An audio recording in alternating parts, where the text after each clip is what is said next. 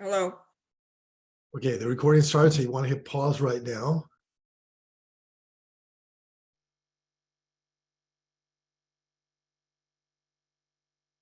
I'm not seeing the signal yet, Karen. Is the recording underway? Sorry, this is unmuted. Okay. It's recording. Okay, great. Welcome. Sorry for those of you watching the archive version as we stumble through. Are we recording? Yes, we're recording. Welcome to the latest in the California Library Association's ongoing advocacy fund training under the name Ursula Meyer Advocacy Fund Training. Strangely enough, this title slide gives you a little background on it. I'm going to leave this up for about 30 seconds so those of you watching the archive version have an idea of what we're talking about. And then we will get rid of the slide and we'll dive right into the conversation. So do not worry that you've lost sound. I'm going to be quiet uncharacteristically for about 30 seconds so you can read this.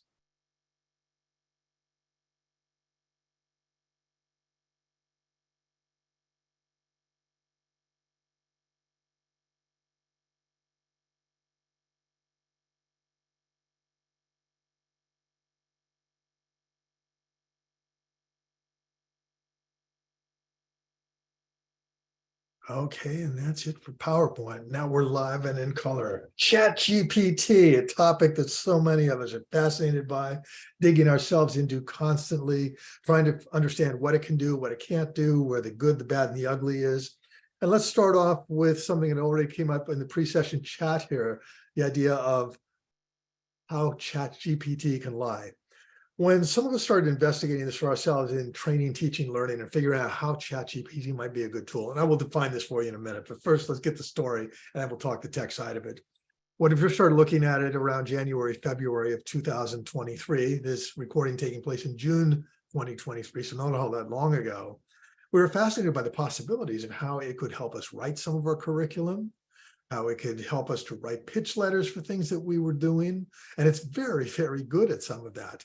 So of course, the way we dove into it, and the way I hope you will be diving into it during this session and after this session today, is to play with it and see what it can actually do in real life situations where we wanted to work. For those of us who were in training, the natural thing to do was to ask it to design a sample lesson plan to see how close it came to what we were actually doing and what we might learn from it. So when I typed in something about whatever lesson plan I was working on that day, I was stunned in a positive way to see what a great plan it came up with. And it coincided a lot with what I was going to plan to do with the group that I was working on there. It actually gave me some ideas I hadn't thought about. I started incorporating what came out of ChatGPT and what I was designing.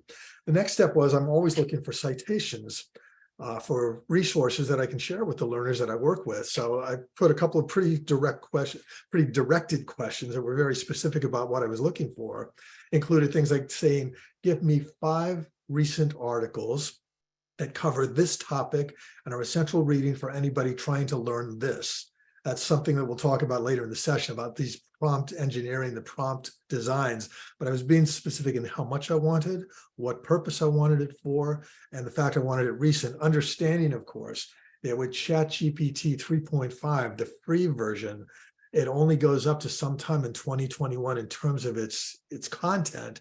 So asking for recent wasn't going to get me anything more than 2021. Now, here's where it got interesting. It immediately put out 5 articles that looked just fantastic. And I did what I'm going to counsel you to do. This is an important thing to walk away from today. Use your librarian skills to have some skepticism and check resources, which is what I did. So out of the 5, I went to the first one, started looking for it. I typed in the title using Google, and I couldn't find it. I thought, well, that's odd.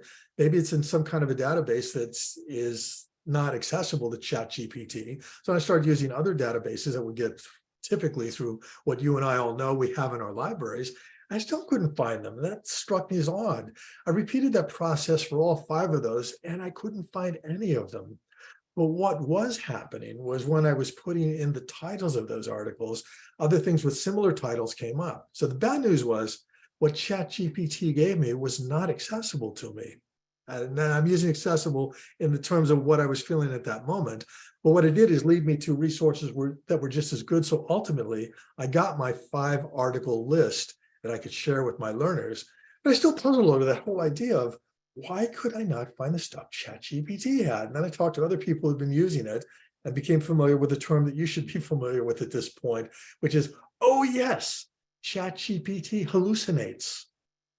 We don't know exactly why it hallucinates. Friends of mine who work around artificial intelligence peripherally say that it has a lot to do with algorithms and finding things that are the closest match that an AI can find if it can't find exactly what you're looking for. And in that process, somehow the programming has messed up enough so that instead of saying, can't find that, but here's something else, it will actually put an amalgamation of the terms from the articles that are closest to you and present that as if it's a real article. So there is a big thing for us to be thinking about. If we're going to use ChatGPT, and I'm a strong advocate of using it, go into it understanding that certain things it does very well. It can write introductory letters for you. It can write job pitch letters if you're looking for a new job.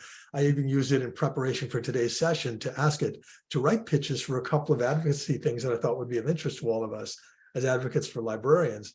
And I've got to say, it was really fantastic.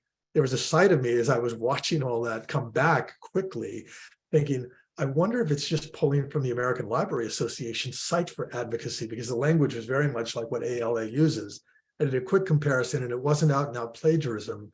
But the brilliant thing about ChatGPT is, drawing from all the information that's put into it, it can put out some pretty good things that are useful to you for a variety of topics, ranging from advocacy to teaching, training, learning, to other things that you do day to day in your library, where you may not have time to write reports of the length you want to do, but it can give you a good first draft. And there is the huge caveat. Use ChatGPT as a first draft, as a resource gathering thing, but never go all the way to citing it as if it's God's given truth to you, because then you're going to end up in the New York Times, as some of you probably saw about May 27, 2023, the article, here's what happens when your lawyer uses ChatGPT. And the subhead from the New York Times and a lot of other places was, a lawyer representing a man who sued an airline, relying on artificial intelligence to help prepare a court filing. It did not go well. And it's exactly the situation I'm describing when I was looking at my citations for the class I was trying to teach. This is well worth citing here just because it's such a reminder to us. This does have limitations. The article begins with, the lawsuit began like many others. A man named Robert Mata sued the airline Avianca, saying he was injured when a metal serving cart struck his knee. So he used ChatGPT. He got his citations, but the people that were versed in the topic on the other side of that particular lawsuit were recognizing these were citations they weren't familiar with, and they were experts who should have been familiar, because ChatGPT had invented everything. So there's the good, the bad, and the ugly in the first few minutes of our conversation today. It works quickly. It works effectively. If you phrase your prompts effectively using the best of the librarian reference skills you have developed over many, many years, you're going to probably come up with some good things, but you always want to check it. Go back to your own databases, go back to Google, go back to the reference resources that you use time after time after time to make sure that they're there. And if you are finding that ChatGPT is hallucinating, giving you things that you cannot use, at least it's giving you some key terms that you can use to do follow-up searches with whatever databases or search engines you're using. So that's the starting point. Let me stop talking long enough to say, what questions does that raise for you before we get into the nuts and bolts of how it works, why it works, and what we can do? Questions from anybody, either in chat or unmute yourself.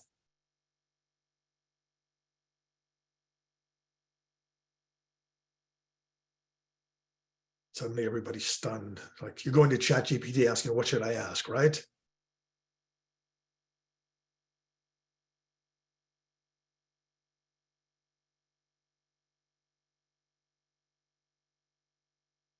I should just know if you've been on any of this. Okay, so seeing something, how can we help? A little bit further, help to do what there? How can we help students effectively use ChatGPT? Effectively, absolutely. The quick answer is encourage them to use it.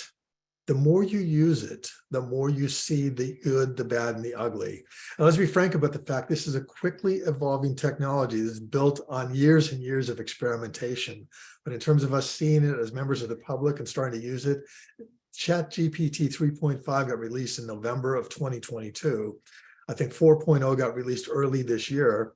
The difference being that 3.5 is the experimental free version that we have. Sometimes there are so many users that you might get locked out a little bit waiting for access to it. 4.0 costs you $20 a month. It's much more sophisticated. I do not subscribe to it yet because I don't feel like I need it, but I'm keeping that option open. I also don't subscribe to it because for $20 a month, I want something more reliable than something that hallucinates. But it is really improving quickly. And as we talk about how can we help our students and faculty use it, we should be experimenting with it in meaningful ways. We don't want to go in and just give it a bunch of hypothetical questions. We actually want to see what it can do in response to something we're looking up or some information we need or a task we want to accomplish. And very critically judge the results of it. Was it effective? What were the good points? What were the bad points?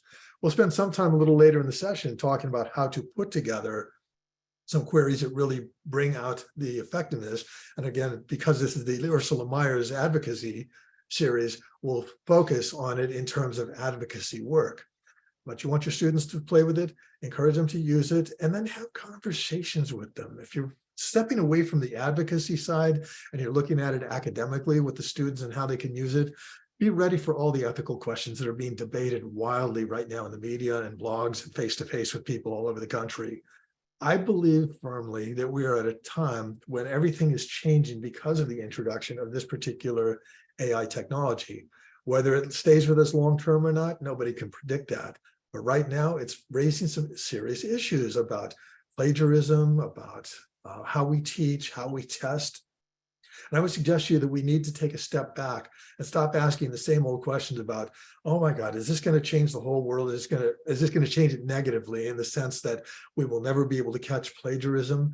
We should be looking at ChatGPT and the way we teach and the way we advocate and ask ourselves, given that this technology exists, how can we use it effectively? And what questions do we need to be addressing so that we don't get locked into, oh, we should ban it because it's bad for academia?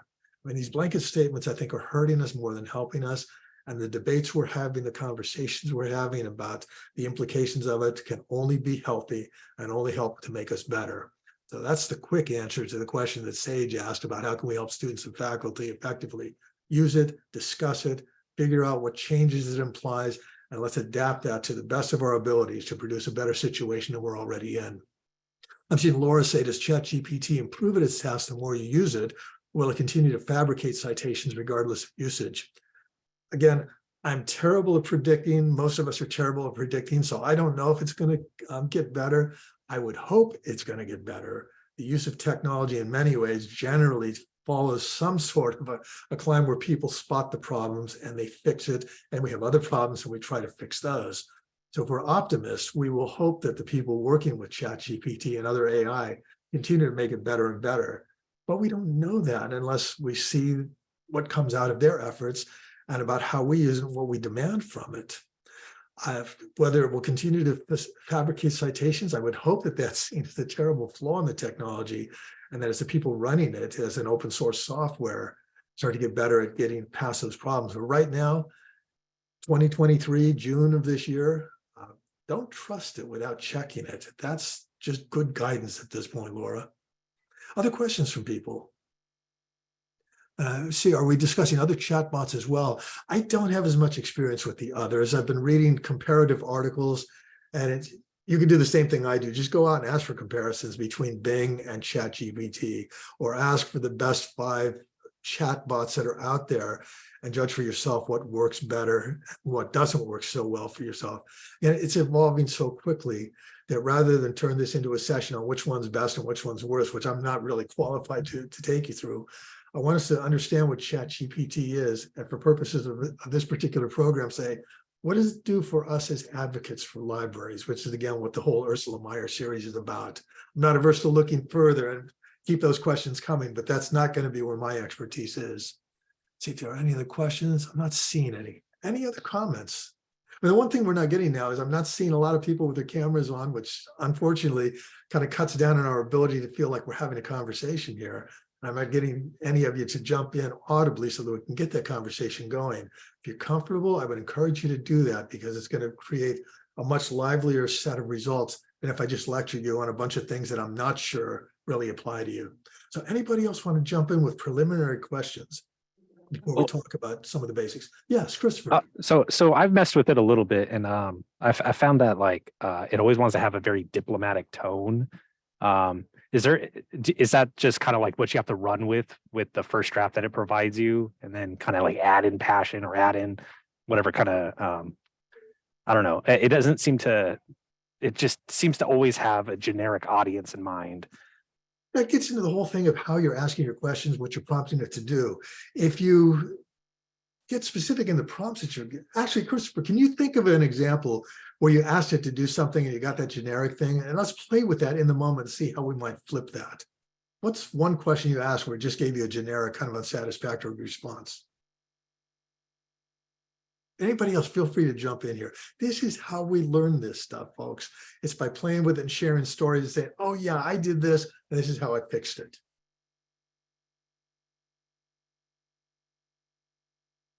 Well, most of what I've done has just been like trying to get to, well, I guess, learn how it responds. So I was giving it, like two opposite sides of a coin type questions to see how it would answer each one. And it seemed to it seemed to have like an opinion, if that makes sense, about the world and how it wants to go about answering questions. So I wasn't sure if that would impact something like trying to get it to generate, I don't know, like you were mentioning earlier, a pitch for advocacy.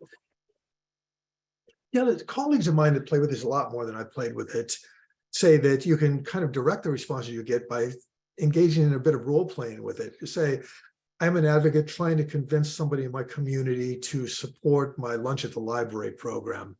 What 3 points might I make to them if I were talking colloquially to them? So you're setting the stage, you're telling it the tone of voice you want or the tone of presentation you want. And friends that have done this in great depth tell me that it does have a positive effect. There's an article, I'll mention it now, we'll come back to it. I'm going to actually show it on the screen a little bit. For those of you that want to jot it down right now, from March 24th, 2023, the title is called Mastering ChatGPT, How to Craft Effective Prompts. Again, Mastering ChatGPT, How to Craft Effective Prompts, then in parentheses, full guide. It's a wonderful document. We'll go through part of it so that if you later want to go and read the whole thing, you can do that. But it does talk about that skill of saying, I'm somebody trying to accomplish this, and I want to do this, and I want you to help me accomplish this.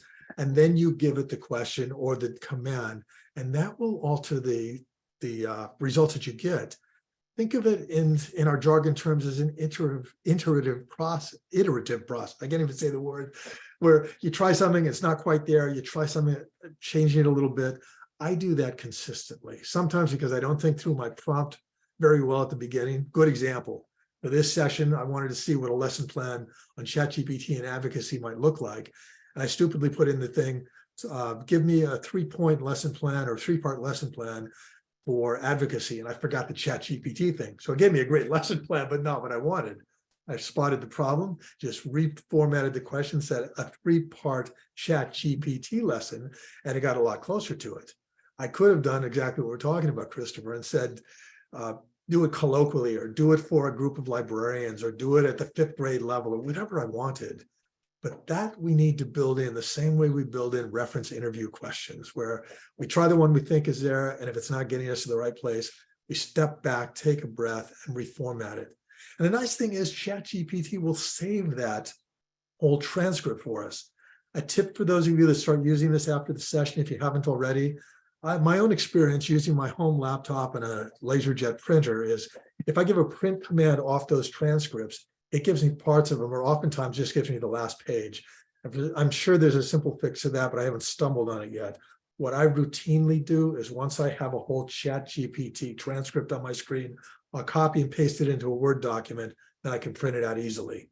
So if that's not a problem for you, if you've already figured out how within ChatGPT to get it to give you a printout, go for that, because it's great experimentation and documentation for you in terms of your own learning processes. But if you can't get it directly, the cut and paste thing into Word works perfectly fine. And that's what I've used to prepare for today.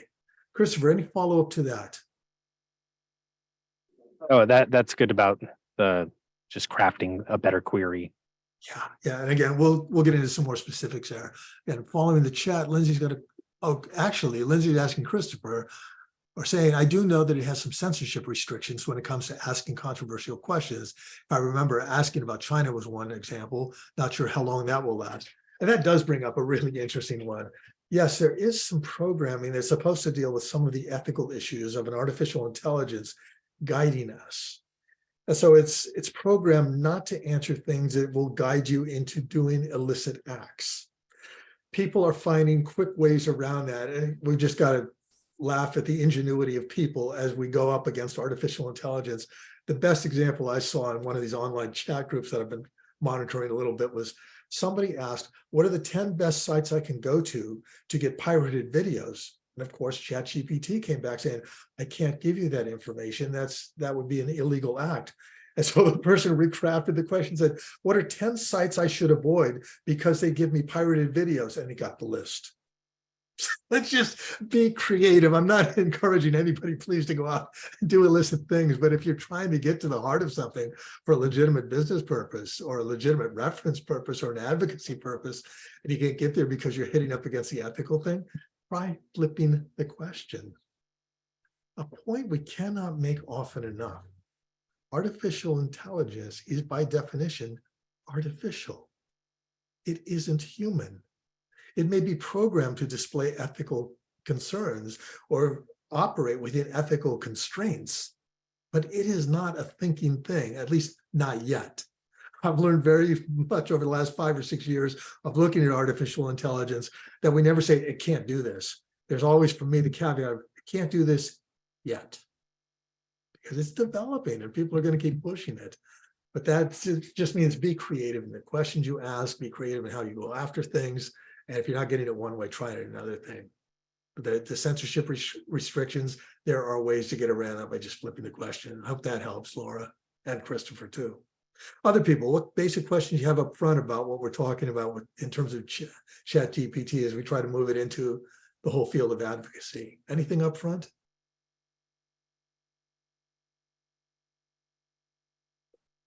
Okay, so a reminder of those of you that have come to some of these sessions have heard this many times, but for people that are new to the Ursula Meyer series, it's important for you to hear this straight up front.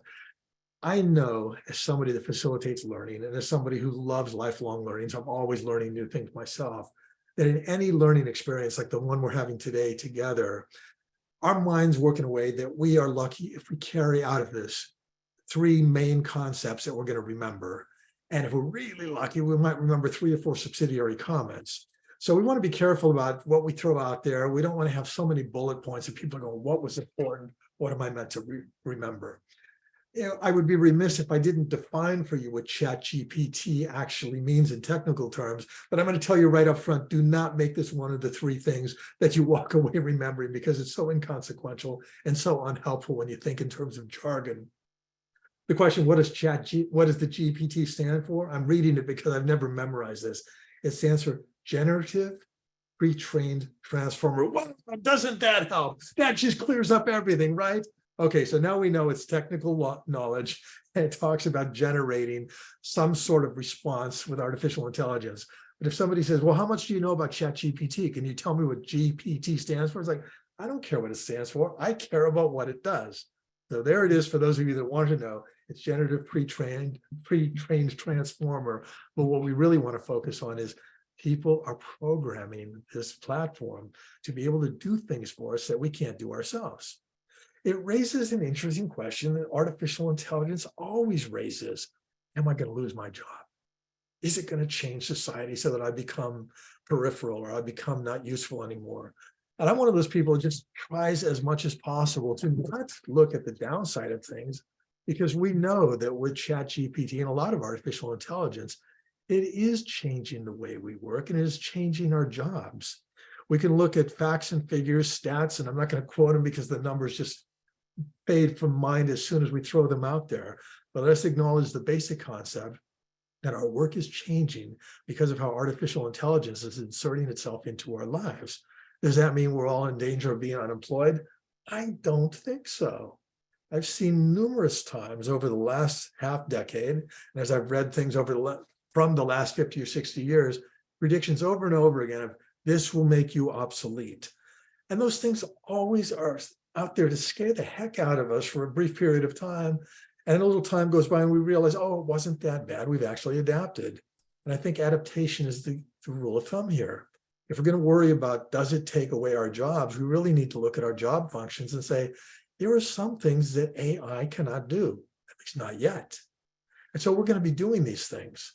For me, a seminal work, and I share this with you knowing that all of us in library land are inveterate readers, book that came out about 5 years ago, Human plus Machine. Again, Human plus Machine, reimagining work in the age of AI, done by 2 local writers here in the San Francisco Bay Area, Paul Doherty and James Wilson. Now, you probably have that on your shelves. It was a pretty popular book when it came out. The wonderful thing about Human plus Machine is that it examines a lot of these fears. Are we in danger of being replaced by machines?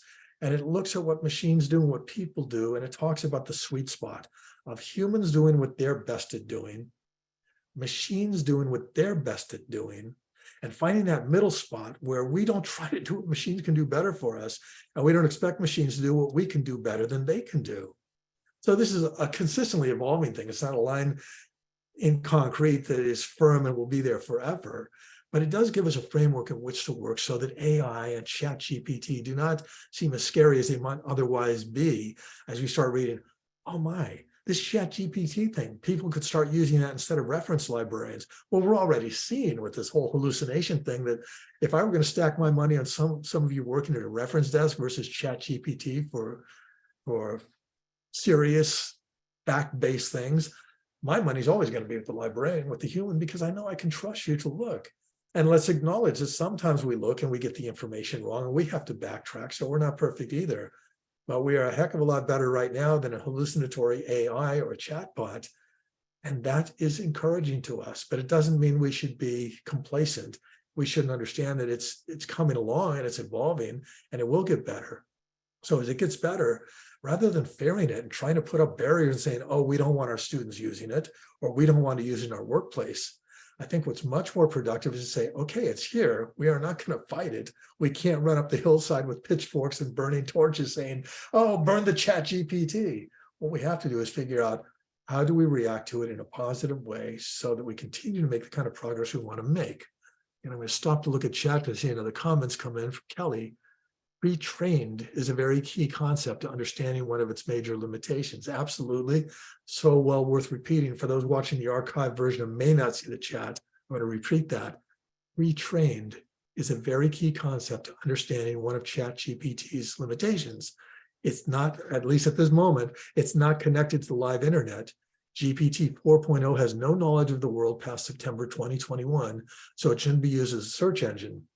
Colleagues that are working with it tell me that some of the open source companies are finding ways to take the basic structure of ChatGPT and incorporate a company's documentation, a company's online records, and make that part of what ChatGPT can access. So it's getting better in those contexts. I'm not aware of any libraries doing that, but then again, I'm not doing surveys across the country asking, hey, anybody doing this yet? But let us assume if some of the businesses playing with open source software and ChatGPT have that capability, it's only a matter of time before that will work its way into library land and into advocacy, and it will make it a stronger tool. That's great, as long as we recognize what the limitations are and what the advantages are. Also, I'm seeing a comment here from Emily. Some knowledge I gleaned from fellow medical librarians is that 2021 limitation means that treatment guidelines are not reliable either.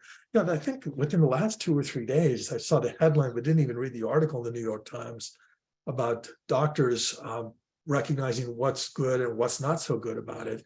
There was one article, it may be the same thing. I'm probably completing what I thought were 2 articles, but when I finally got to it via an app I have for the New York Times, doctors are starting to use ChatGPT to help them with the language they use in talking to patients, because a lot of them have a reputation, deserved or undeserved, for not being very empathetic in times that are very emotional for patients.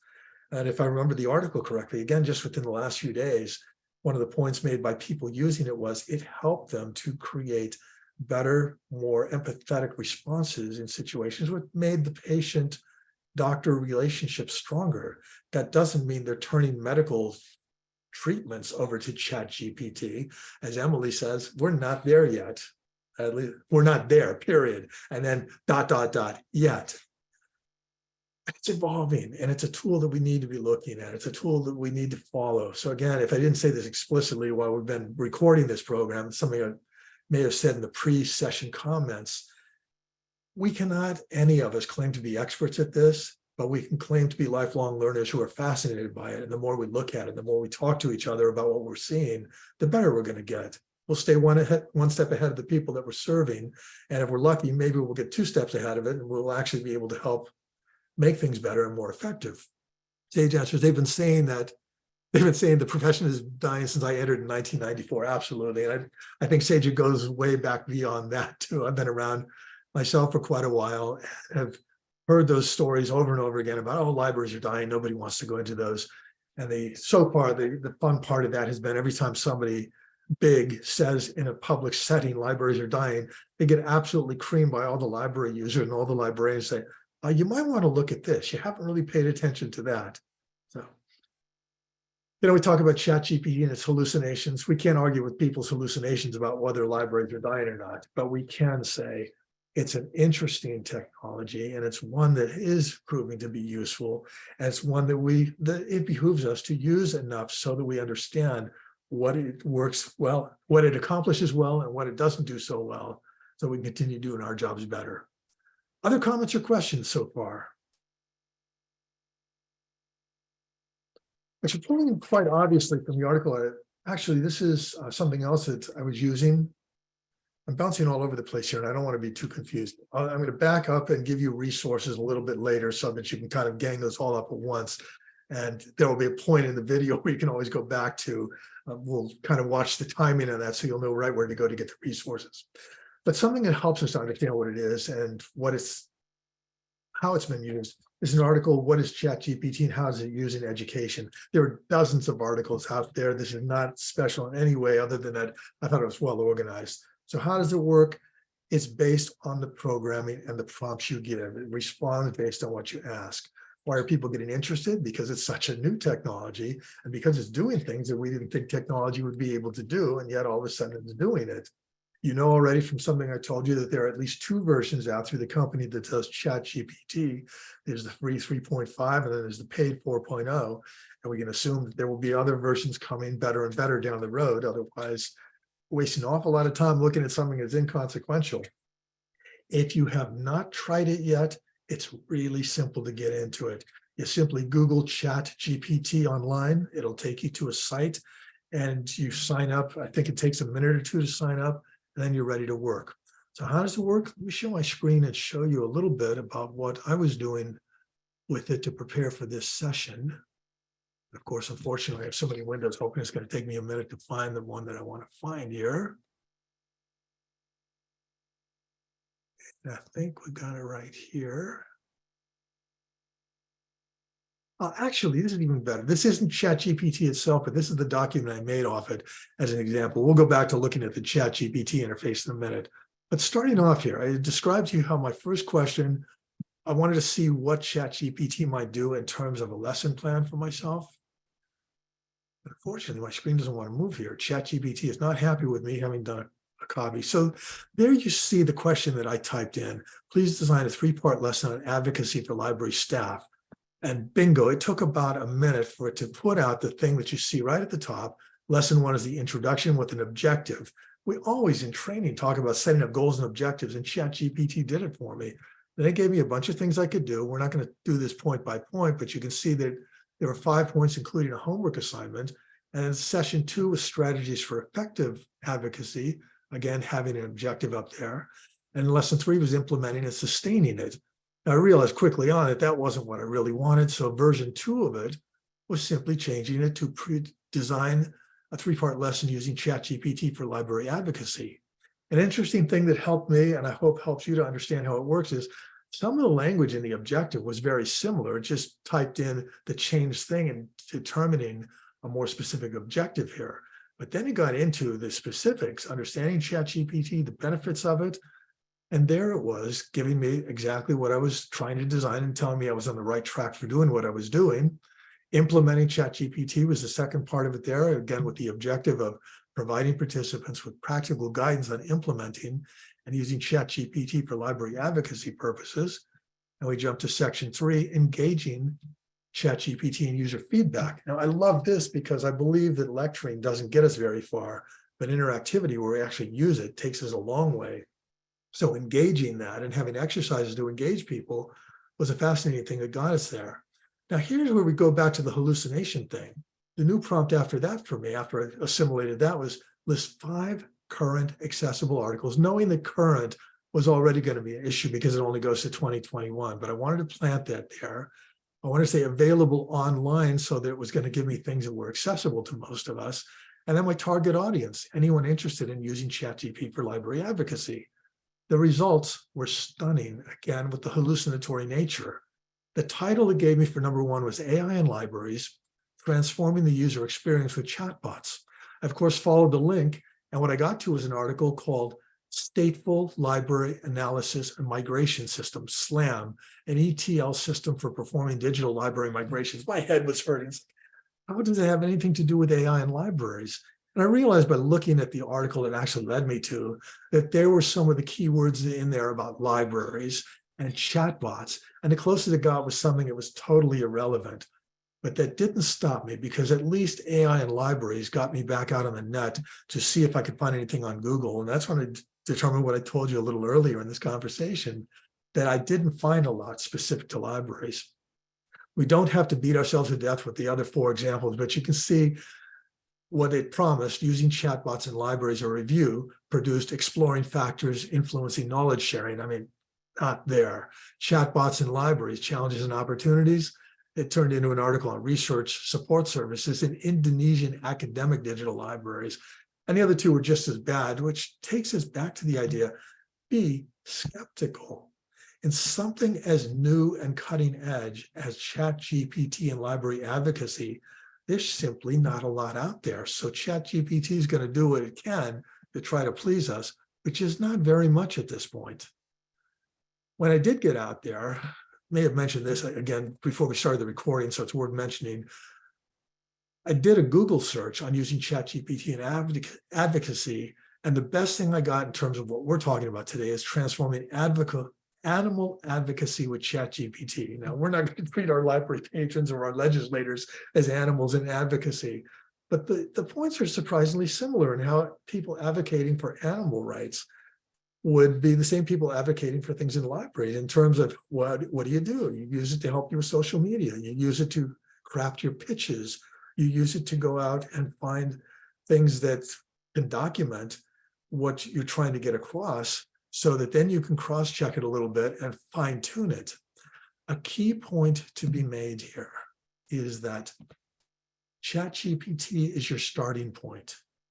In every industry where I've talked to people about the use of ChatGPT, it's always, we use it, but we would never finish the work with what it gave us. There's always human interaction.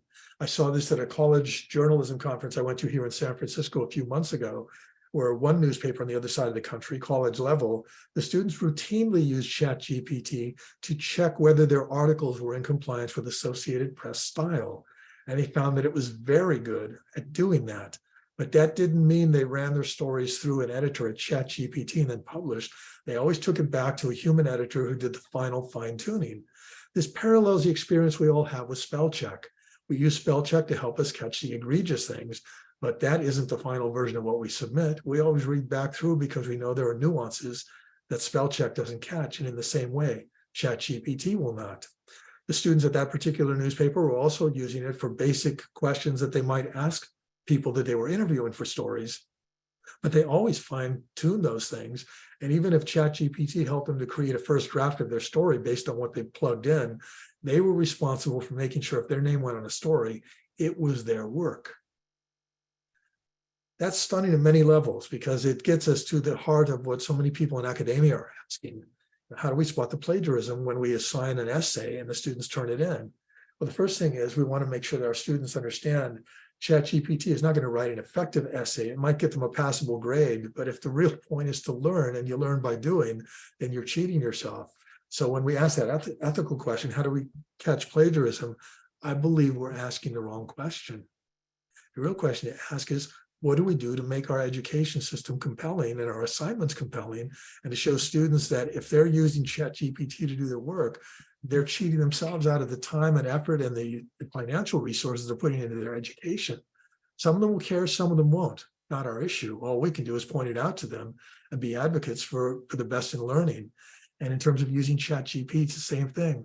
Let us use it as a tool, but let us not default to it making the final decision. And looking back to see some of the stuff that's coming in via chat, does anyone know how to access the transcript of this?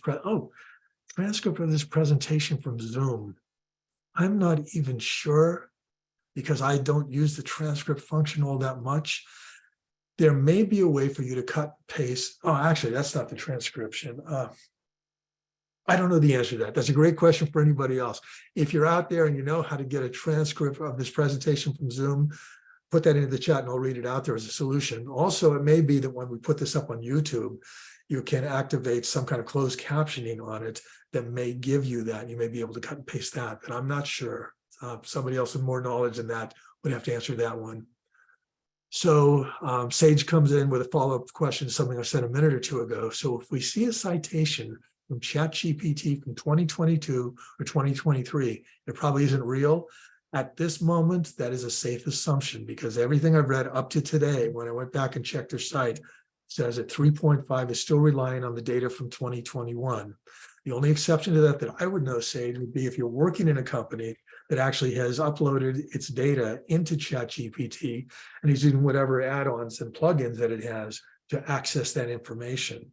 And I know that Bing is, at least I've read that Bing is trying to work toward that. I don't know if they're actually starting to do internet connections through Bing using their own chat bot, or if that's still something that's a dream. But it's a situation that's in transition. Safe thing is, right now, ChatGPT 3.5, it stops in 2021. And Sherry says, from my understanding, each chatbot is unique. Absolutely. And they're all changing so fast. That's why I say it's hard to say anything definitively in an industry and a technology that's changing as quickly as this one's changing. Maria came back with something here about the transcript thing, which is click on show captions. So Maria, am I right in assuming that if they click on show captions, that somehow that will create the kind of document they want? Because I know within Zoom, there is a way to capture transcripts, but like I said, I just don't do it enough to be able to mislead you into doing it yourself. Other questions about this so far? And we've covered the basics of what it does and what it can't do.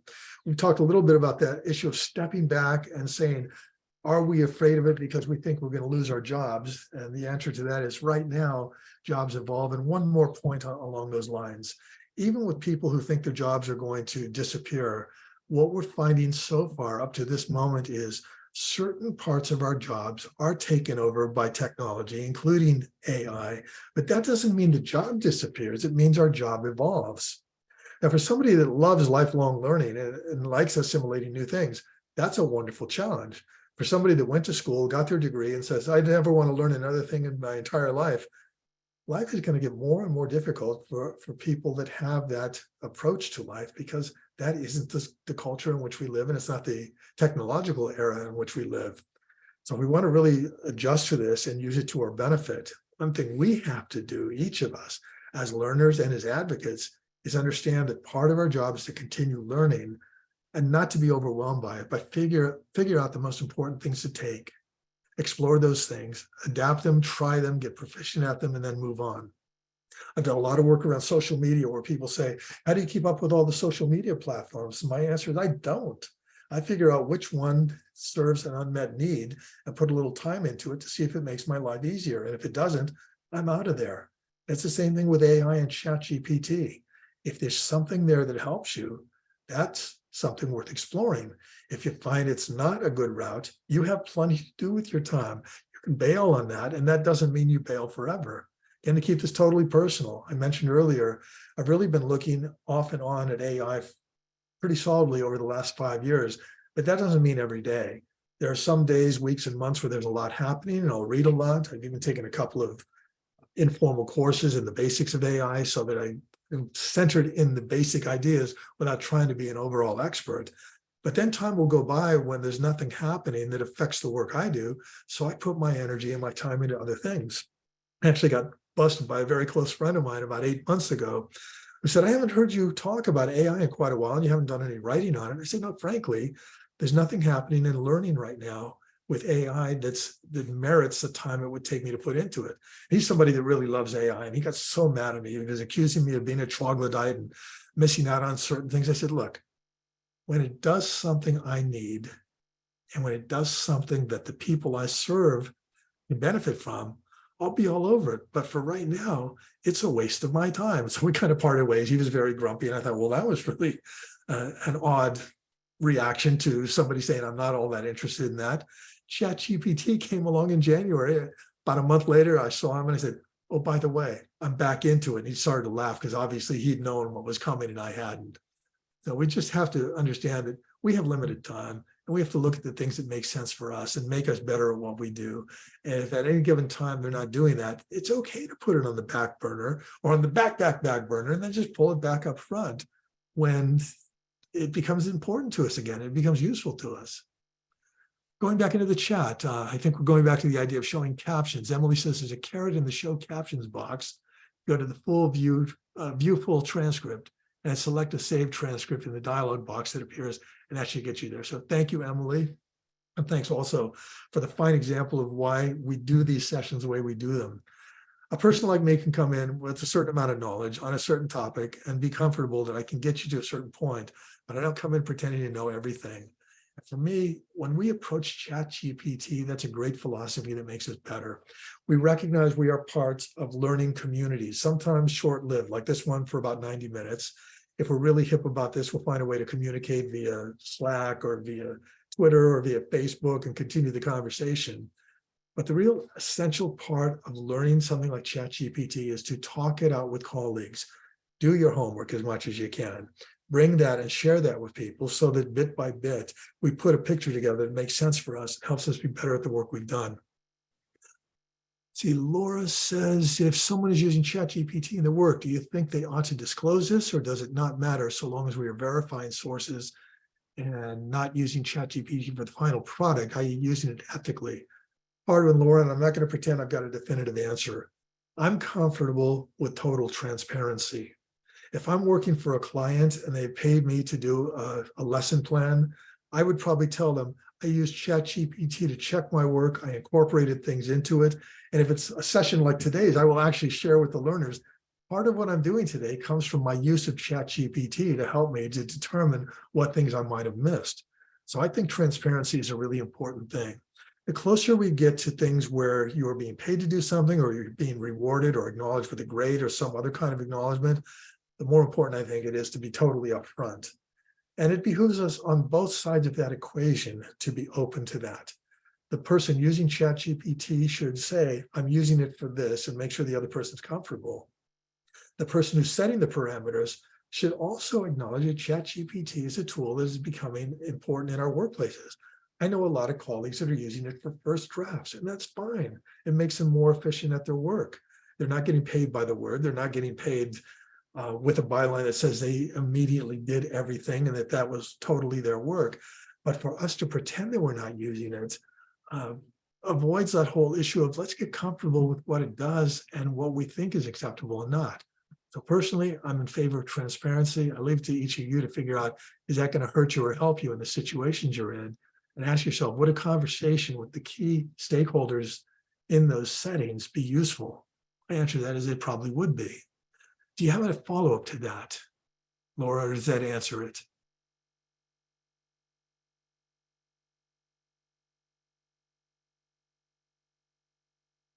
I'm not seeing anything immediately from Laura, but if you do have a follow-up, just unmute yourself or put it in the chat and I'll come to it. Kelly says, I've used ChatGPT to generate the text for social media posts for Instagram and Facebook and a campus-specific Facebook clone. I'll edit the text once it's generated, but it's very helpful for getting the main idea on the blank page. And that takes us into the area of prompts. And again, you heard me say generically, the more detailed or the more specific you are on your prompt, the better the results you get. So if you're asking it to do a first draft tweet for you, you give it very directed what you want and say, in 280 words or less, please give me this. And that helps you to get the kind of results you want. As we talk about advocacy, that's one of the many things that we can be doing. If we're advocates, we know that we're doing face-to-face work, we're doing phone work, we're doing online work, and we're getting to people in every way that we can. So it behooves us, if we can speed things up a little bit by having ChatGPT give us meaningful drafts, that's a perfectly acceptable way to do it.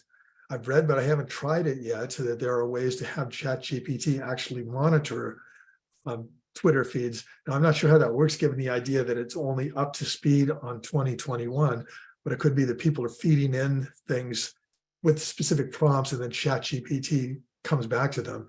But I'm hearing that is becoming a thing, and we ought to be aware of that as advocates to see that it can help us in directions that make things work better for us. See another thing here from Sunny. Researchers may use artificial intelligence language models, such as ChatGPT, to write and revise scientific manuscripts, according to a new announcement from the International Committee of Medical Journal Editors. These tools should not be listed as authors, and researchers must denote how AI-assisted technologies are used, the committee said. So there we are with a nice complement to what I was suggesting in terms of transparency. Transparency doesn't necessarily mean an author credit, but it does mean letting your readers know that that was part of what you did. Think of the difference between what would have been in the New York Times and what would not have been in the New York Times if that attorney, before he submitted the stuff in that particular case, had said, I've used ChatGPT to give the following citations. And the other attorneys could have said, well, those are false things, and they would have known where it came from. But because the person didn't transparently say what the source for the citations was, and worse, didn't check the citations, that person's all over the newspapers in a way that we don't want to be. So that's a good reminder to us of the importance of telling people, admitting to your colleagues, admitting to your stakeholders, what's coming from you, what's coming from ChatGPT, and going back to the Doherty and Wilson human plus machine book and saying, what does it do well? What do we do well? Acknowledge that and build on it. Let's see, Kelly's, that was the, okay, Kelly's got another one here. I've used ChatGPT to generate the text for Instagram and Facebook on a campus-specific Facebook clone. I'll edit the text once it's generated, but it's very helpful for getting the main idea out. I think I just read that twice. I'm losing it right here. Sorry about being repetitious. I want to make sure we don't miss anything. Emily, it's a good starting point. What we need to teach our users is that it's not a good place to end, much the way we should be teaching Wikipedia. For those of you that have been around a while, remember when people were saying, don't use Wikipedia? There was a whole period of time when people were very disparaging of what Wikipedia produced, until research showed that Wikipedia was just about as accurate, if not more accurate sometimes, than mainstream encyclopedias were. So again, we have to get past these preconceived notions we have about what's good and bad. Sometimes it's difficult even to put it in judgmental terms. What we really have to do is ask ourselves, is it effective? Does it get us where we want to get? Is it useful? And if so, let's explore it a little bit. Laura answers with another thing here. I was thinking about this from the side of writers who've been laid off by companies who will tell them they're using ChatGPT instead. I'm going to stop right there. You would lay off your writers and have ChatGPT writing your stuff? I don't know how many of you are aware of the site CNET, C-N-E-T. It's a fabulous tech site. A close friend of mine was the editor of CNET until recently, when she stepped down from that position and actually stepped into a position of overseeing artificial intelligence on the CNET site. They really got slammed early this year because they were using artificial intelligence to do drafts of some of the stuff that they were printing, but they weren't telling people. So there was a whole debate about whether that was effective or not. So as Laura says, I'm thinking about this from the side of writers who were laid off by companies that will tell them they're using ChatGPT instead. Like, they're going to get what they deserve from that one, and it's not going to be pretty. The follow-up to what she said is because it's cheaper than continuing to pay them. Seems odd to not retain the writers as fact checkers or editors of ChatGPT's work. And Laura, I would 100% agree with you there. I think the companies that are going to succeed and the individuals that are going to succeed do not deny this any more than they would deny the use of a word processor or a spell checker in their work or any other thing that it could be used for. But we have to determine what's really producing the quality work we want and whether we're going to pay for it. We've got somebody else in there going, ha, ha, ha, ha, ha. Yeah. Lindsay, that's a lot of what the current writer's strike is about. And yes, it is something that we're going to have to deal with.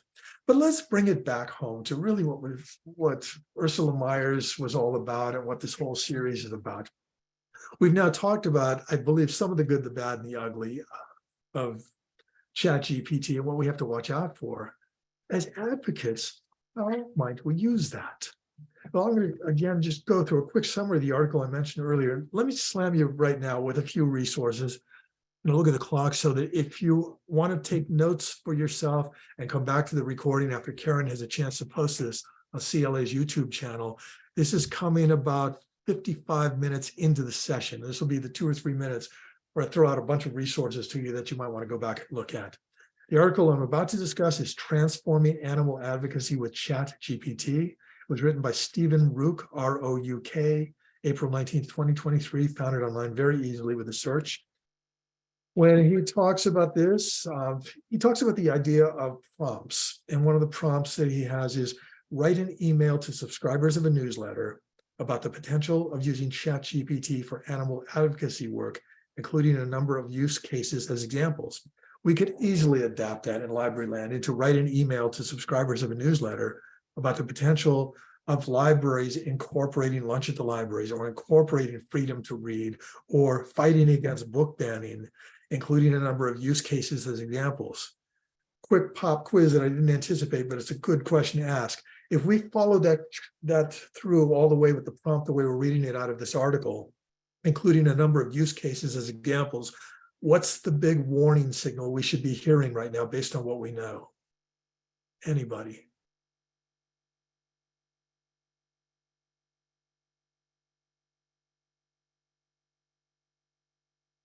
And it's here in that last phrase. What's the problem with saying including a number of use cases as examples?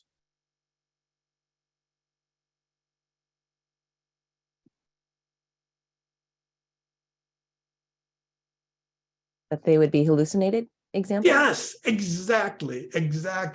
In playing with this, my wife and I one night were talking about this over dinner. We should have better things to talk about over dinner, but sometimes we don't. And I was saying, I'm fascinated by this. I'm fascinated by friends who are trying to have ChatGPT write their bios, and apparently ChatGPT can't find enough on them to write their bio, and then they feel terribly left out. So as an experiment, I asked her to write a bio for her, and she was just objecting. She goes, I don't want to have anything to do with that. And I said, let me just see what it comes up with. And I wrote this magnificent bio about all these things she had done, all these accomplishments she had, the recognition she had gotten. And her reaction as I read that to her was, wow, I wish I were that person, because it made the whole thing up. Apparently, it found just a few keywords of places she had worked, and it extrapolated off that to create a whole biography. It was completely fictitious. So again, the point is very well made. And thank you for spotting that when I was pointing that out to you. You're going to write something like that and say, including a number of use cases, make sure you go back and check those use cases. I did that as recently as last week on advocacy work. One thing that came up was Malala, the young woman who we all remember was shot by the Taliban a couple of decades ago, and then wrote a magnificent book about that experience and came out of it. Well, when I was asking for advocacy stories in libraries, it came up with this really heartwarming story about how Malala was going through the library in the town in the United Kingdom where she had had surgery. And she came across her own book, and seeing her book on that shelf inspired her to go out and tell people her story. Wait, that makes no sense. She wrote the book and she had to walk into a library and see the book on a library shelf to understand it was a good story. And then she started talking about it. We need to bring a tremendous amount of skepticism to these use cases, but it doesn't mean don't use them, because it could, in some cases, lead us to the real gold, even if what it produces is fool's gold. That's an important thing to keep in mind. See what else is coming into the chat here. I'm concerned about intellectual property and copyright risk from ChatGPT. Up in the air. I'm not a copyright attorney. Mary Minnow, who many of you probably know, understands copyright inside out and has worked with libraries in California and many other parts of the country. She would be a person that would be really interesting to talk to about what she sees in property and copyright risk, especially in terms of library use.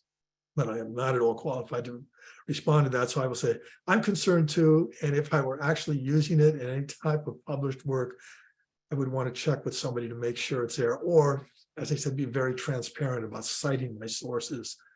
Because oftentimes one of the downsides of ChatGPT is it doesn't tell you the source. Even with those articles that I went tracking down, those turned out to be phony things. It's getting better about at least creating a phony site that you can go and go, oh, that's phony. But a lot of times it just will give you content without telling you where it came from. So that, Google, and your own skills are all your best friends in dealing with what ChatGPT has. Going through some other resources and then coming back to that transforming animal advocacy article. I've already mentioned, but let's get it in here in this section, Mastering GPT, How to Craft Effective Prompts, the full guide. That was March 24th, 2023. And let me share my screen again. I was involved in a wonderful project over the last few months where a bunch of us who like educational technology and try to work together whenever we can, actually put together a follow-up educational technology MOOC to one that was done 10 years ago. The original one was the Educational Technology and Media MOOC. It was done in 2013. It had the acronym ETMOOC. And with ETMOOC, I'm sorry, again, I'm not seeing it so I can share it. Give me a second while I'm talking here to make sure I've got it up on my screen, and then I'll try to share it with everybody. But the story of that MOOC and the MOOC that we just did, we hit the idea in January, February, because there was so much being said about it, that it would be good to try to put together something like a 4-module course on what artificial intelligence looked like in lifelong learning. And we threw that thing together pretty quickly. We recorded the sessions we did. There were 1-hour weekly sessions over about an 8-week period. So we did these every other week, and we had a couple of drop-in sessions. And we have posted those things. In case I can't share this, I'm just going to tell you that if you want to find it, Google ETMOOC, ETMOOC 2.0. So the whole thing would be ETMOOC 2.0. And that should take you to the site for the MOOC itself, which has all those videos. Again, now that I've got it up on my own screen, let me see if I can share it with you in a way so that you can see what it looks like. Maybe grab the URL yourself off it. Trying, here we go. And yes, we have a winner. All right, so there's the site itself. If you really want to explore artificial intelligence, especially with ChatGPT, what's great about this particular course is one of the guiding lights behind it was Alec Koros, who started the original AdMOOC and has done incredible work around artificial intelligence and around educational technology. And if you go to the tab I'm about to hit up here, the sessions, you'll see the introduction, sessions 1 through 4. One was a session that I led with Lisa Gustinelli out of Florida and Maurice Coleman, a great colleague who does the T is for Training podcast every couple of weeks. And there you can see what we were trying to work on, ChatGPT and its implications for lifelong learning. Some of what's there is what we've been discussing today, but it goes into a lot more details. And I think you go back toward the top of the page, which I will try to navigate us back up to. That guy right there is the link to the video.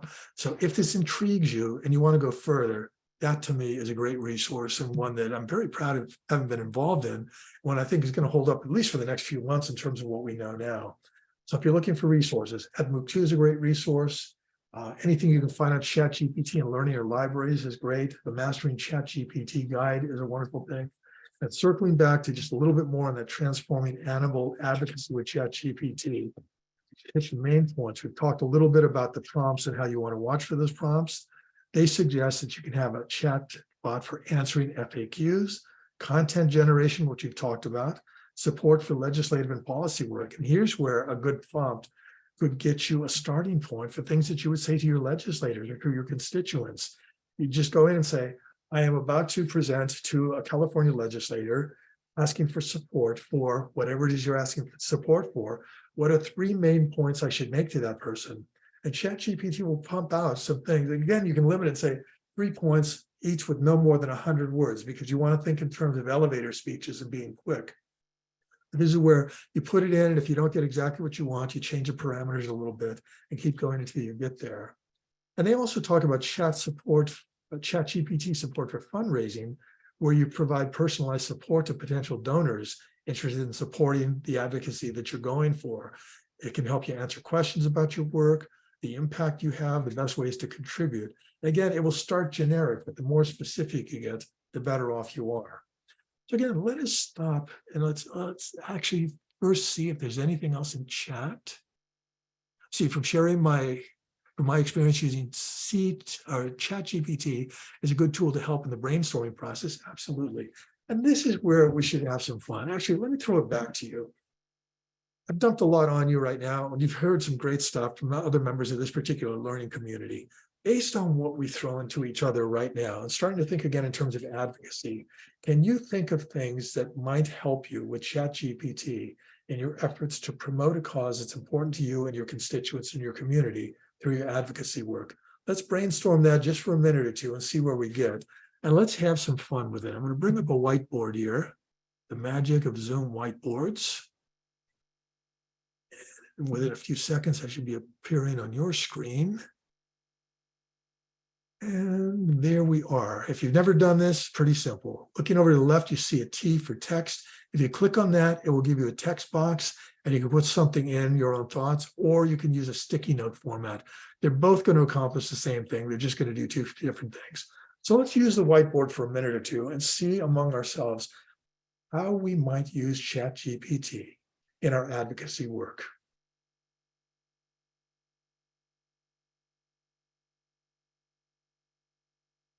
And if for some reason you don't have access to it because you're using a smartphone or a tablet or something that doesn't make this very easy, just have some fun looking at these ideas chasing themselves around on the screen. I'll do my best to sort of organize them into categories once we get a few of them up there, and then we'll review them together.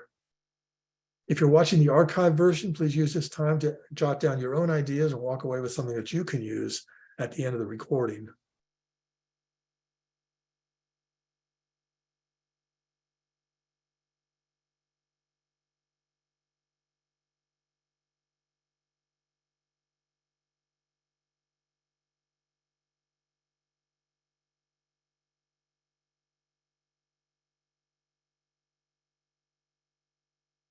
Keep this moving. For those of you that already have things in, I'm very intrigued by the one that says, I asked it how libraries could better serve unhoused patrons.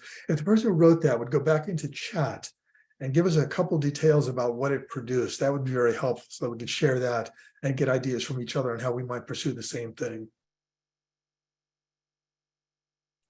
For each of you, this has something up like the one at the top. I've used it to help me draft a donor letter. A line or two in chat saying what was good or what was not so good about that would be helpful too. So we explore this at a meaningful level and see what we can learn from having talked to each other and incorporating this into our own work practices.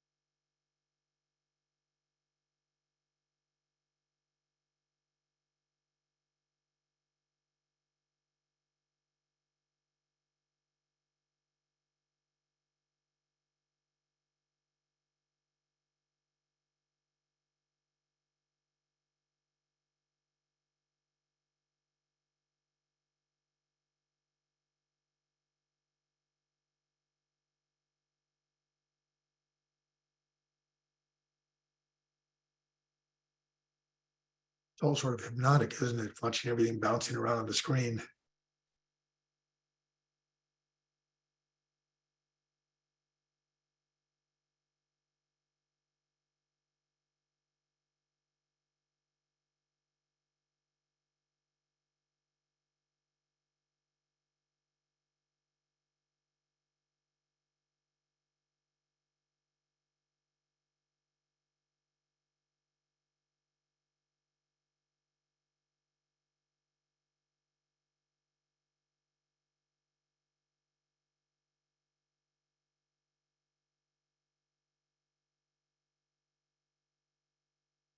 Yes, I'm glad you were here. Sorry you have to go. You'll obviously be able to catch the remainder of it when we post the archive version. Thanks for joining us.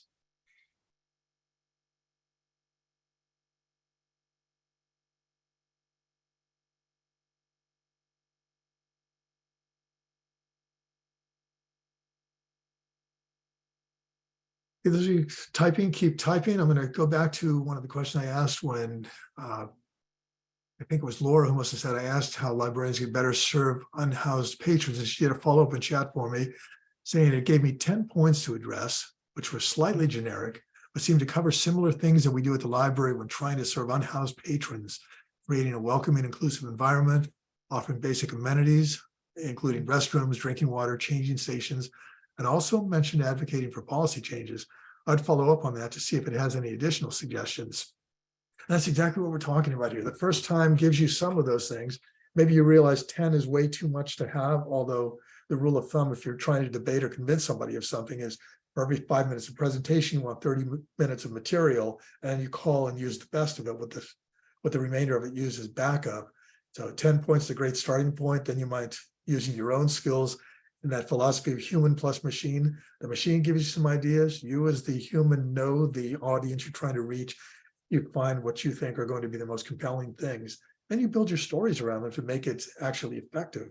The stories you know, the stories that reflect your community, stories that reflect what resonates with the people that you're trying to engage in the efforts you're doing, so that your advocacy efforts pay off. Laura, that's a great suggestion and a great example. Thank you so much for taking the time to put that in there. Spenny says, yes, I had a library survey that I conduct annually, and this year, as incentives for doing the survey, I wanted to give away prizes. I asked ChatGPT to author for me a letter to elicit donations from local businesses. It did a great job, but I still wanted the letter to sound like it came from me using my voice. So I made quite a bit of adjustments to the letter. Like someone had mentioned, it's good for getting the process started. Absolutely wonderful example of what we're trying to get across here.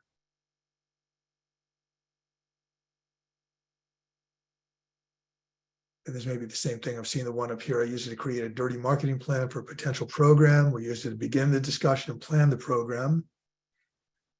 Got somebody who's used it to help draft a donor letter. How library, okay, we've got the unhoused librarian one. I love the one that I've kind of put in the middle here. I don't know if I can make it any bigger, but I think this is an essential part of what we're looking at. It's given me confidence and helps me focus when I'm writing resumes. I'm always struggling with touting myself. This would be a great tool for library advocacy. Absolutely. It helps us to tout the causes and show us we're not alone in being excited about these things. Again, it may be drawn from familiar sources like some of the ALA or CLA sites, it may be drawn from other things that we're familiar with, but just having access to it and the speed with which it produces things saves us some of the upfront thinking time. Or if we find that we're hitting that awful moment of writer's block and we need to unblock, this can be an unblocking device as long as we still come back to recognizing ourselves as the primary movers here, with the AI being sort of a partner in the whole process. See one that looks like it's still being typed in, but the gist of it is a heartwarming grant writing letter to catch our donors' attention. Our library would like to obtain more financial support to our digital collections in Library Overdrive. So I hope what we're seeing here through the use of the whiteboard, through the sharing of the resources, and the talking about what is really effective in this and what still needs work, that we're getting the idea that it certainly is not a tool to overlook. It certainly is not a tool to completely rely upon, but like any partner, you take what's good from it and you incorporate that into your work, and what's not so good, it doesn't have any feelings, so you don't even have to apologize for not using its ideas. It's just there to help you out. Let me see if I can get us back to the prompt document that I wanted to go over. In fact, here it is. It's Mastering ChatGPT. I'll keep that whiteboard up just a little bit longer for two purposes. If anybody wants to screenshot it as a way to capture for yourself some of the stuff that came out there, feel free to do that. Leave it up in case anybody wants to add something else. But let me go back over the Mastering ChatGPT prompt, give you a few excerpts from that help us to focus in. To me, this is like Library 101, reminding ourselves of how we do a reference interview. But if we make that connection and realize we're not starting from scratch here, but what we're doing is building on the skills we have, using the magnificent training that we have to be able to get to the heart of information seeking and information production, information sharing, we're in a pretty good position here. So in brief, what the article and from, it's actually the ChatGPT guide, Mastering ChatGPT and How to Craft Effective Prompts. They say prompts start in several ways, clearly communicating, we understand that. A well thought out prompt can reduce the number of iterations. So it makes sense sometimes to craft it out before you type it in. Although if you're a fast typist, it probably doesn't matter. You put it in and then you do the iteration. And what you produce for yourself at the end of that is a transcript of all the iterations you went through. It can help us to unlock creativity, according to the article. And I do subscribe to this idea. Skillfully crafted prompts can inspire AI to generate unique and creative solutions, tapping into its vast knowledge base and ability to process information. They get into a whole thing. Let me see if I can, I'm going to take this down so I can show you just a couple of things from the article itself. So we'll say goodbye to the whiteboard now and replace that, if I can, with a copy of the article that I'm citing. Oh, I need to do 2 steps here. Sorry, people. I've got to go back to my own tabs and open up that particular one so that I can share it. Step 1 done. Step 2 is to try to reshare it. And look like magic. All right, so there's the top of the article. I'm going to just jump us right down to a couple of graphics that illustrate what they're talking about. So there's their whole thing about what is a prompt, and they talk about, in essence, being very specific. So write at 80 words, ad company for a product called Rocket Growth. We can already see the limitation of what you want, what you're trying to accomplish. There are their particular thoughts about risk reduction, pain points, call to action. Call to action should be in every one of the things you do in advocacy, because if you're not calling for action, we're not engaging in advocacy. So that's a good example taken from a business thing that we can adapt into our own work. And again, you can see that in the article that I've been citing here. And there's one more graphic I want to try to take us down to, which is context setting. Talked about this early on in this session. Here's the explicit example of it, of having the key prompt. Here we're saying, let's play a game. And this, the specifying of the niche, act as a talented entrepreneur with an IQ level of Elon Musk, Einstein, and Tesla combined. Whoa. Okay, I will be asking you many business questions. You have to answer all of those. So you are specifying what your prompt is, the niche you're going into, how many answers, and then off that, you build your questions. This helps ChatGPT to hone in, or the programmers of ChatGPT, to hone in on what it is you want and to provide you with the kind of information that you want to come away with. The prompt here, as an example, is you're an assistant knowledgeable about gardening. We could say, you are a librarian interested in homeless issues. Help me understand 3 steps. I'm making this up, just adapting this. Help me understand 3 steps that I can take to gain support for our homeless community through library actions, and it may produce an answer like that. And then when ChatGPT gives you some stuff, you'll have to build on that. Sometimes it will prompt you to get more information, because what you may have thought was crystal clear is not at all crystal clear to the programming there. So you end up giving step-by-step instructions. You can do some role playing there. And then again, we're back to the whole idea of iterations. Now, cannot strongly enough recommend this particular article. I'm going to take you back to the top so you can see it one last time.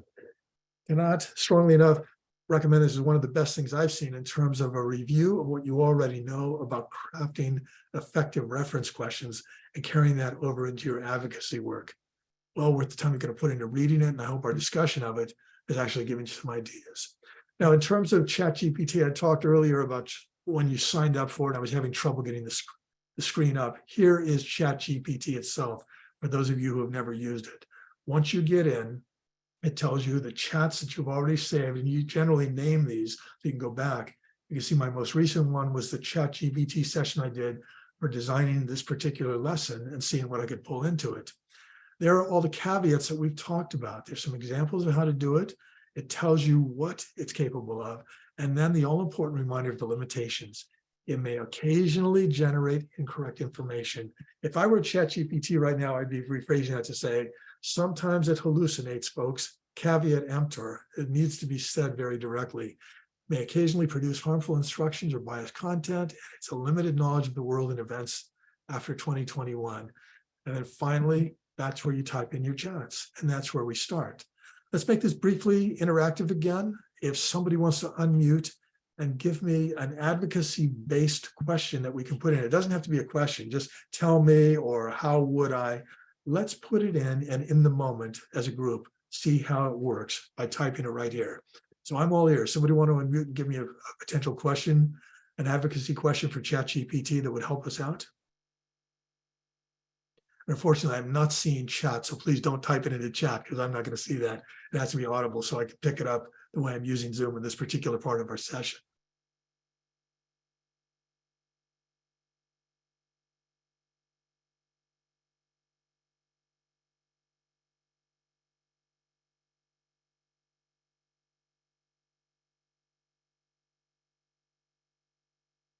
Any ideas? It doesn't have to be the perfect question. I just want those who have not seen ChatGPT in action to at least once during the session see how easy it is to use it and how the whole process works.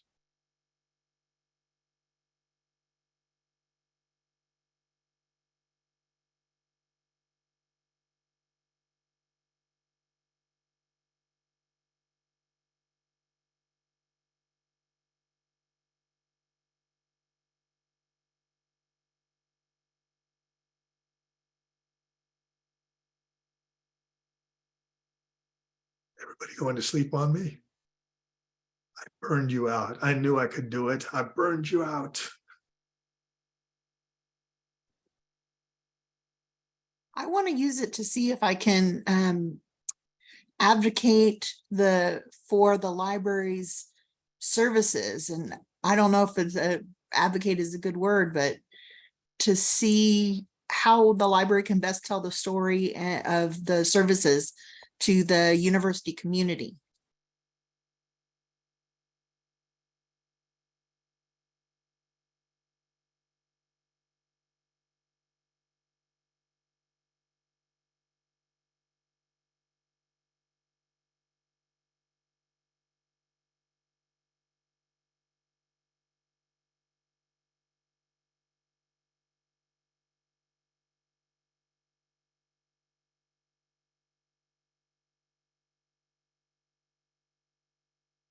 Okay, see what I was doing as I was listening to you. As soon as you got the first topic, advocate for library services, I put that in.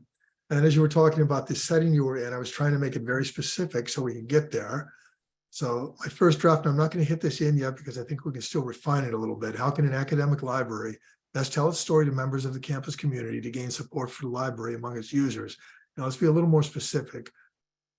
I would suggest limiting this to 300 words or less. Let's make it really tight. A story.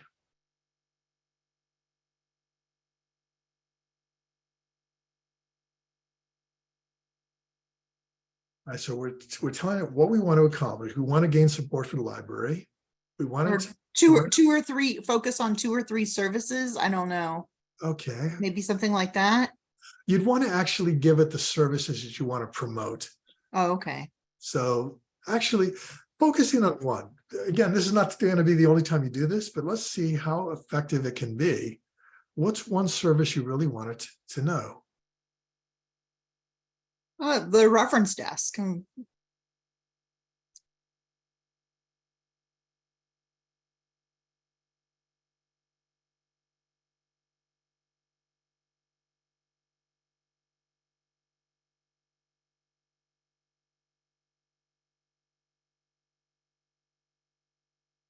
Anybody else who wants to jump in, help me craft this because community input on this makes the question even better. So now we're getting down to what do we want? The benefits of using this reference desk.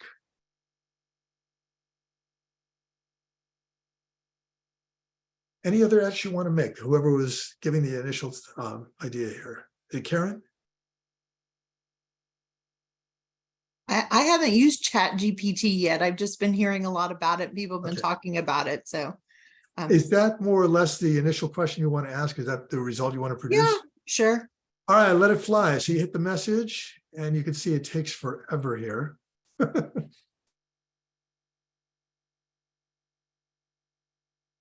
If you've never seen it, I'm assuming right now you're going, whoa, baby, that was fast.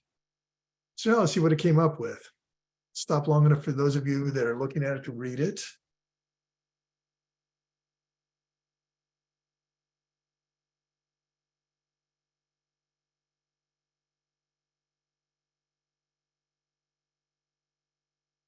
It is true. Our knowledgeable librarians are dedicated. So again, if we really want to be tough critics on this, it's tremendously generic. You can say this about any library, but then again, our prompt was generic. But it is giving us a couple points to make. That Now, is true. Yeah, it doesn't, it, like a lot of people said, it gives you a good place to start. Exactly. And I can critique this for the next 10 or 15 minutes. The punchline would still be, it gives you a good place to start. None of us could have banged out a first draft that quickly. So whether you use this at the beginning of your writing process, or as I currently use it, I may be writing something and then I want to go back and check to see how I could improve it. I might give a very direct question, see what it comes up with. If I see something good enough, I would incorporate that into it. Otherwise, just think, all right, I've hit the main points, I can keep going. But it's like having that partner 24/7 that you can bounce ideas off and that has no ego at all. So you don't have to apologize if you don't use it. But if you do see something there, you kind of say, nice ChatGPT, good ChatGPT. You just save me a few minutes or a half hour or an hour of noodling around trying to get to this point. As somebody who hasn't used it a lot, seeing what it just pumped out, what's your reaction to it? It's pretty amazing. I don't know that I would use it its an entirety. It kind of reeks of an academic paper. But I would probably use a sentence or two and maybe some of the phrases. But overall, it's not practical to use in something like a marketing or something like that. But it would be probably something good to send to something like the patrons of the library, or maybe to a professor, using the particular phrases, or, something like that. I don't know how this is going to turn out, but let's just play it up a little bit by saying how using colloquial language in an academic library, let's see if that makes it any less academic and canned sounding. Well, look at the difference in tenor there.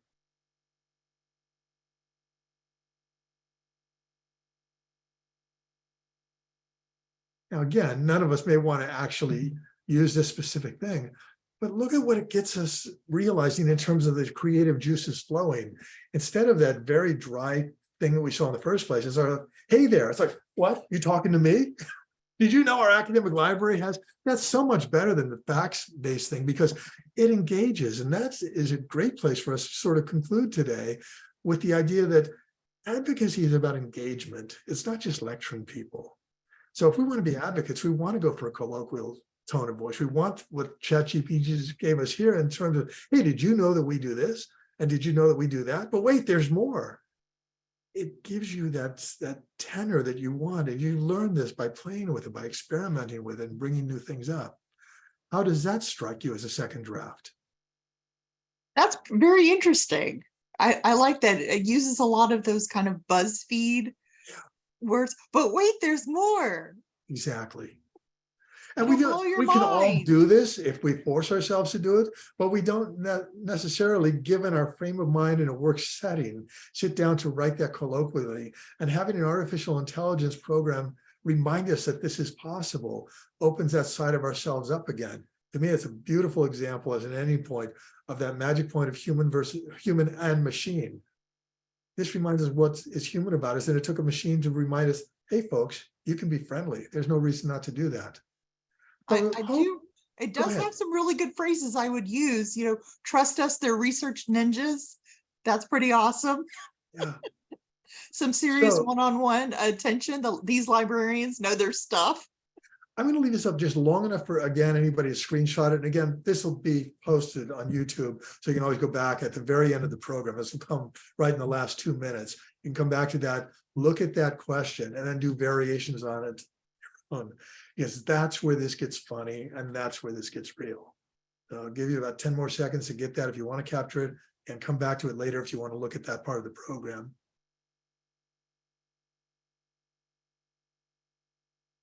We're going to take it down long enough for us to look at each other and say, I hope this has been as fun and instructional and inspirational to you as it has been for me, as somebody who does not in any way pretend to be an expert at this, but who is fascinated by it and learns every time I play with it. Hope you walk away inspired to want to try it more. You know, as learners, that the way this becomes easier for you is to just use it and use it sooner than later. You have a few minutes later today and you don't have an account, go start an account and ask 2 or 3 questions that are meaningful to you and store those answers. Come back to it in a couple of days and either play with that further or do a new one, and put in the time. As people that I work with who are counseling people who are looking for jobs early in their career right now, are saying to them, if you really want to be competitive out in your workplace, you better log in some serious hours on ChatGPT. So if an employer asks, what do you know about it? You can give the kind of examples that we just came up with by playing with them. It behooves us to do this. It's good for us. It's good for the people we serve, and it's going to produce magnificent things for us as long as we're aware of the limitations of it. So that pretty much takes us to the end of our formal 90 minutes together. Don't shut it off yet, Karen, but I'll give Karen a prompt to actually stop the recording at the end of this. And I'll stay for a few more minutes for anybody that wants to ask questions that didn't get asked here. Last shot here. Anything that anybody wants to make sure that they get answered before they flee and before we stop the recording? Well, I asked earlier about the faculty and how we could support the faculty. And I know you mentioned how we could, I guess, change the way that they think about for the students. You mentioned, to kind of change the way that they think, that not using it as an end all be all. But, how can we support the faculty who are freaking out? Any suggestions? Yeah, a long story made short is change management is all about getting a few early adapters that are trusted within a community and having them talk informally with others, and then it spreads. So if you've got a few people on your faculty that are using it, and they don't have to be complete advocates of it, but just people who are comfortable with it, they can be talking either at staff meetings a little bit about, hey, did you know that you could do this with it? Or last week I did this, it really helped me out. Start seeding your environment with those stories. And eventually, if it's worth using in your environment, more and more people will jump onto it. That's the quick answer to a very long exploration of how you change people in an environment where the change is necessary or desirable. Does that help a little bit? Yes, I'm just thinking also, because they're already contacting us about citations. That right now, that's the big question. They'll say, I have this citation. Can you help me find it? And then you spend, 20 minutes looking for the citation. And I'm like, well, where did you find this citation? Now I move that. If I can't find it in the first few minutes, I've moved that question. Where did you find this? And they say, oh, ChatGPT. Yeah. Did you know it lied? I answered a question like that online last night. Just did a quick cursory look for it and didn't find it in, the top 3 places I normally look. And I was, where'd you get this, ChatGPT? Oh, did you know ChatGPT lies? What? You've made a really interesting point here, Sage. Again, it hammers home the idea that I'm not just trying to blow smoke here when I say we all learn from every conversation we have. From what you just said, it seems to me that we need to be altering the way we do reference work these days. And when somebody says, can you help me find the citation? Given the ubiquitous nature of ChatGPT, probably the first question should be, where'd you get it? Because a lot of people are using it, and that will save you a lot of that time that you just talked about. And it would have saved me the time the first time I'd spent 20 minutes or 30 minutes trying to track down citations that were hallucinated. So maybe that's one thing that comes out of it in advocacy work as well as in academic work.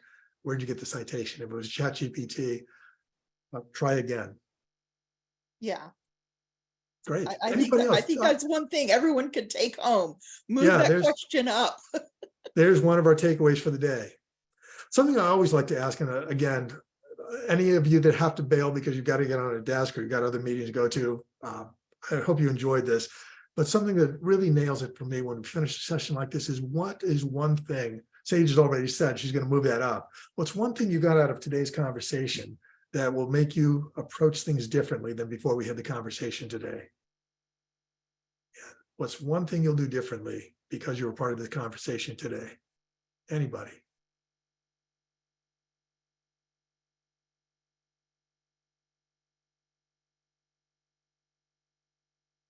See, Sherry saying, discuss GPT with others. Fantastic. The more we do that, the better we're going to get. Thanks, Sherry.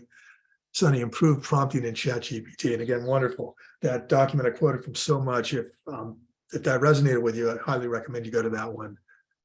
And Sage said, I'm going to try out ChatGPT. Absolutely. Judy, the confidence to try it. Wonderful.